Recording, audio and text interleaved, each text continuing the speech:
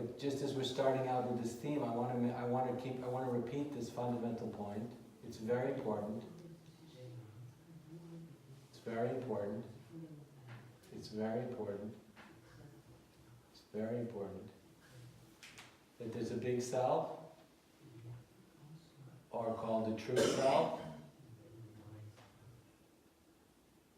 and there's the small self. So, this is a retreat about enlightenment. So this retreat is about the enlightenment perspective on the human condition.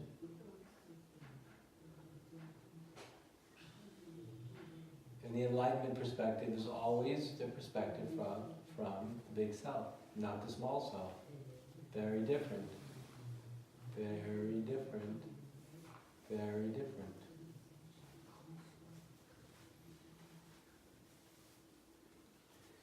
So the nature of the big self, true self, authentic self, is purity and perfection already. That's its nature. And as the retreat goes on, we'll discuss why that is. But for this morning, I just want to make the statement that it is so. So the big self, the true self, the authentic self, doesn't need to be worked on, developed, or improved because it's already perfect. It needs to be realized, recognized, and discovered, which is something completely different.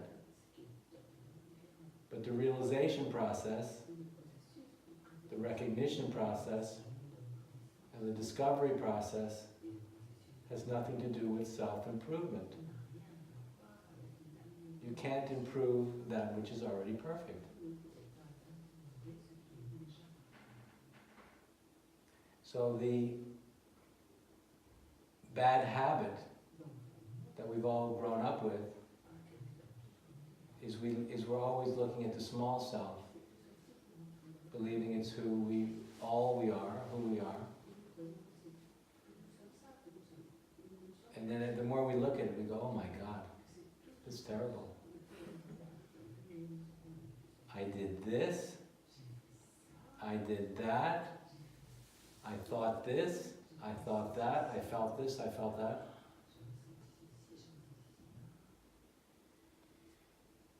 I better go beg God for forgiveness soon.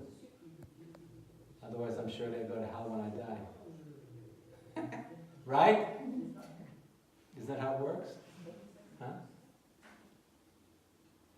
And we can laugh about it all we want, but these are very deeply conditioned ways of thinking about being human that come to us from the great religious traditions, and they have been deeply embedded in our psyches, in our souls, for thousands of years.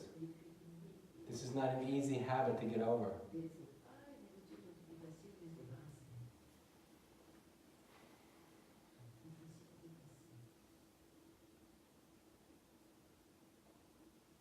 So the small self's not going to go anywhere, but you become less interested in the small self and more interested in the big self.